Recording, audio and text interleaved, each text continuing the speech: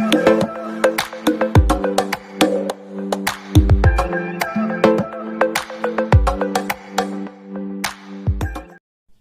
Friends, आपका स्वागत है हमारे आज के वीडियो में।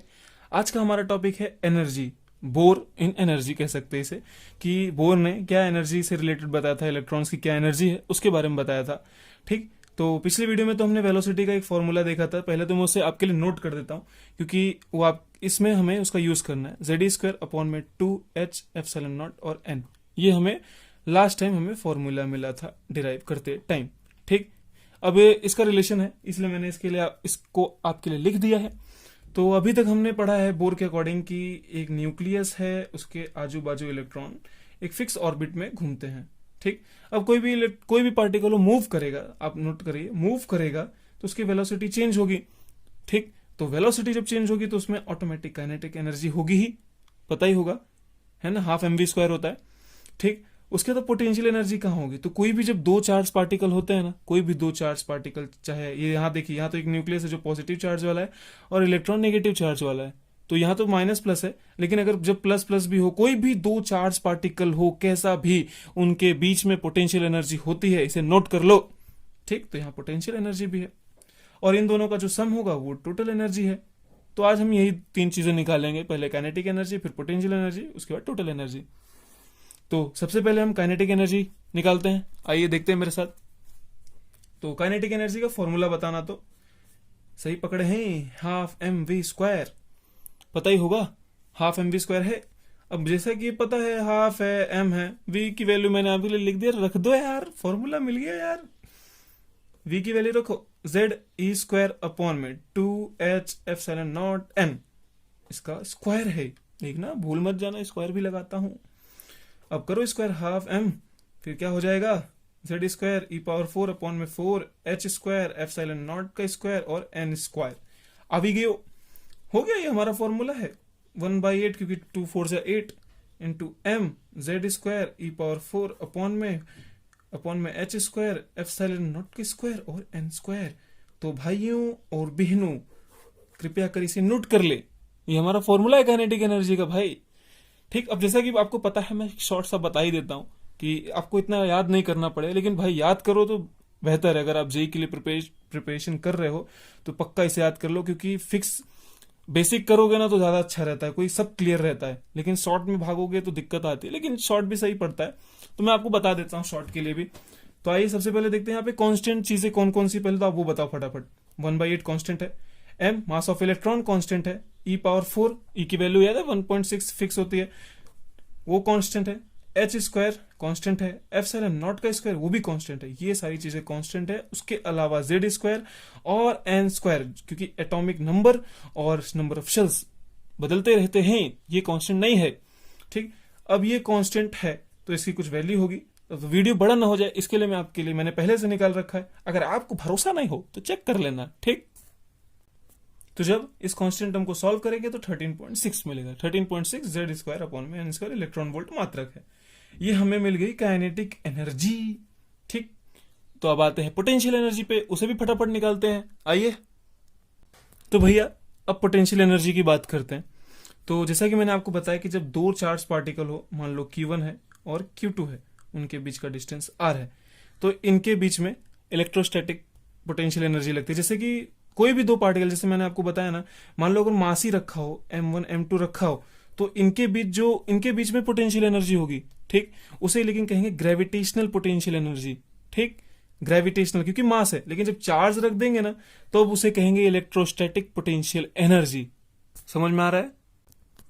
तो समझ में आया जब मैंने मास से रिलेट किया, जब दो मास आपस में रखे होते हैं एक दूसरे के पास, जो तब उधर जो पोटेंशियल एनर्जी होती है वो कौन सी होती है, ग्रेविटेशनल पोटेंशियल एनर्जी। लेकिन जब दो चार्ज आपस में रखे हो आसपास, उनके बीच का डिस्टेंस r हो, तो जब उस टाइम जो पोटेंशियल एनर्जी होगी, ठीक, उसे कहेंगे इलेक्ट्रोस्टैटिक पोटेंशियल एनर्जी, जिसकी वैल्यू क्या होती है 1/4 पाई एप्सिलॉन नॉट Q1, यहाँ दो चार्ज Q1 Q2 है, इसलिए मैं Q1 Q2 ले रहा हूं, अपॉन में r। ये आप पढ़ोगे, फिजिक्स में भी आएगा। ठीक, ये होती है पोटेंशियल एनर्जी, कौन सी, इलेक्ट्रोस्टैटिक पोटेंशियल एनर्जी, नोट करना। ठीक, अब बाकी सब सिंपल ही है, जैसा कि पिछले वाले में था 12 mv² था, तो वहां पे मैंने v की वैल्यू नोट करके रखी थी आपके लिए, यहाँ पे r की रखी है, क्योंकि यहाँ पे r का काम है, वो आपको पता नहीं था, मुझे मालूम था। ठीक, तो समझ में आया ना कि ये क्या है, क्या हुआ। जब दो मास रखे हों तो ग्रेविटेशनल पोटेंशियल एनर्जी लगती है, लेकिन जब दो चार्ज पार्टिकल आपस में एक दूसरे के पास रखे हों आर डिस्टेंस पे, तब जो पोटेंशियल एनर्जी होती है वो होती है इलेक्ट्रोस्टैटिक पोटेंशियल एनर्जी, जिसकी वैल्यू क्या होती है 1/4πε0 Q1 Q2 by R. Okay, तो आर की वैल्यू रख दो, आर की वैल्यू रखते हैं, फटाफट फटाफट फटाफट रखो। तो यहां हमने वैल्यू रख दी। ठीक, अब ये सोचिए Q1 Q2 तो यहां मैंने माना है, सपोज किया है, लेकिन रियलिटी में तो हम किसकी बात कर रहे हैं, न्यूक्लियस और इलेक्ट्रॉन्स की। तो ये हो गया न्यूक्लियस, ये हो गए इलेक्ट्रॉन्स, है ना। तो जब यहां पे रखेंगे Q1 की वैल्यू, तो एक तो हो गया इलेक्ट्रॉन E हो जाएगा। ठीक, दूसरा क्या होगा, दूसरा होगा न्यूक्लियस पे। न्यूक्लियस पे कितना होता है चार्ज, मैंने आपको बताया था, प्रोटॉन्स होते हैं, नंबर ऑफ प्रोटॉन, यानी एटॉमिक नंबर जितने होते हैं, तो ZE होता है। ये हमने पिछले वीडियो में देखा है, इसलिए मैं ज्यादा डिस्कस नहीं कर रहा हूं, आपको मालूम पड़ जाना चाहिए। ठीक, तो न्यूक्लियस पे जो टोटल चार्ज होता है वो प्लस ZE होता है, और इस पे माइनस E। यहाँ पे एक चीज हमें नोट करने वाली है कि जब Q1 और Q2 की वैल्यू रखेंगे ना, तो विथ साइन रखेंगे, जो साइन है वही रखेंगे। तो मान लो Q1 कुछ भी हो, Q2 कुछ भी हो, फर्क नहीं पड़ता, लेकिन साइन के एक माइनस में होगा, एक प्लस में होगा, क्योंकि इलेक्ट्रॉन पे माइनस का चार्ज होता है और प्रोटॉन्स यानी न्यूक्लियस जो है टोटल, उस पे प्लस का चार्ज होता है। तो रखते हैं फटाफट 1/4πε0। Q1 मान लो इलेक्ट्रॉन है तो माइनस E रखेंगे, और Q2 कितना है, ZE है, रख दिया, अपॉन में n²h²f(0)π(m)z(e²). ठीक, तो ओवरऑल किस में आ रहा है, माइनस में आएगा पोटेंशियल एनर्जी, क्योंकि माइनस मिल गया एक। तो बाकी क्या होगा, ZE² हो जाएगा। कुछ कट रहा है क्या, पाई से पाई कट रहा है, और कुछ कट रहा है क्या, कटो। तो और तो कुछ भी नहीं कट रहा है। ठीक, तो अब लिख लेते फटाफट, एक Z इधर है, एक Z इधर है, Z², E² यहाँ E की पावर 4 हो जाएगा, है ना। और क्या E की पावर 4 हो गया है, M बचा है, लिख लो, लिख लिया, अपॉन में 4 है। ठीक, ε0 का स्क्वायर है, ठीक, n² है, और h² है। तो ओवरऑल एक बार मैं आपके लिए लिख देता हूं, समझ में आ जाएगा, mz² e की पावर 4 अपॉन में 4 ε0 का स्क्वायर, h² और n², ओवरऑल माइनस में। ठीक है ना, माइनस में आया है। तो एक बार देखिए, ये पोटेंशियल एनर्जी का हमारा फॉर्मूला है, वो काइनेटिक एनर्जी का। देखा जाए सब कुछ सेम दिख रहा है ना आपको, खाली यहाँ 8 है, यहाँ 4 है।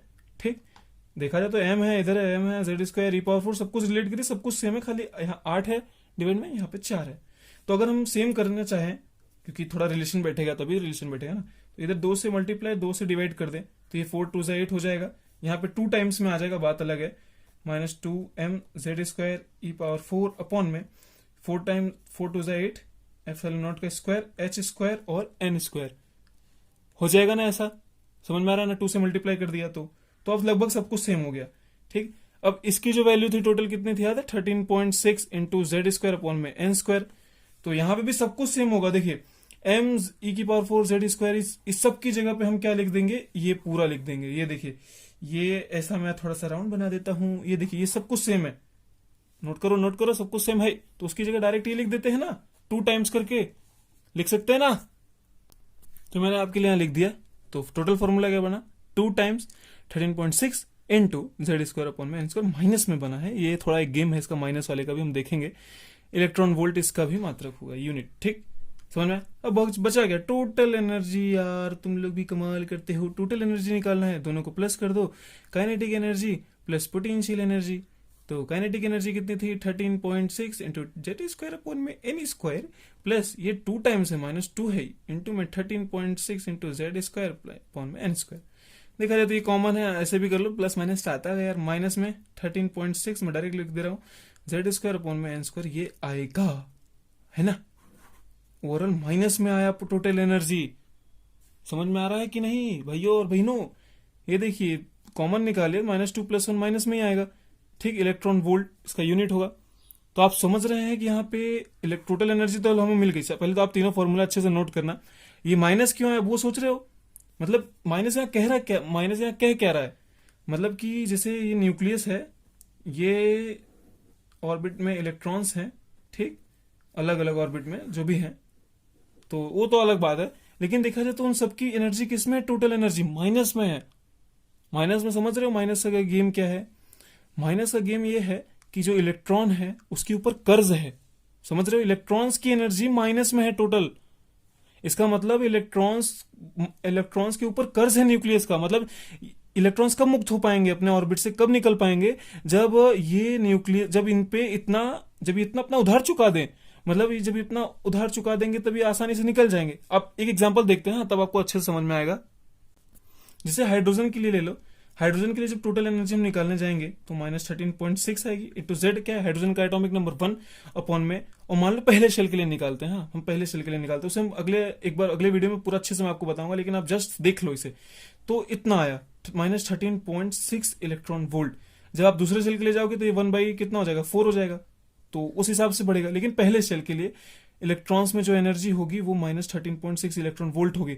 इसका मतलब समझ रहे हो क्या, मतलब अगर इस इलेक्ट्रॉन को इस ऑर्बिट से बाहर निकलना है, अनंत पे जाना, अनंत मतलब इस ऑर्बिट से ही, मतलब ये नहीं कि इस ऑर्बिट से निकल के इस ऑर्बिट पे आ जाना, इस ऑर्बिट से ही निकलना है, तो इसे न्यूक्लियस को इतना -13.6 है ना, मतलब +13.6 इसको चुकाना पड़ेगा न्यूक्लियस को, तब न्यूक्लियस इसे छोड़ेगा।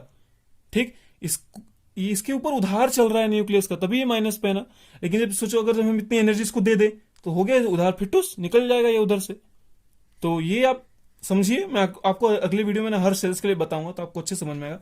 आज के लिए अब यही 3 फॉर्मूले आप अच्छे से नोट कर लो और याद जरूर करो, बेसिक फॉर्मूले भी याद करो।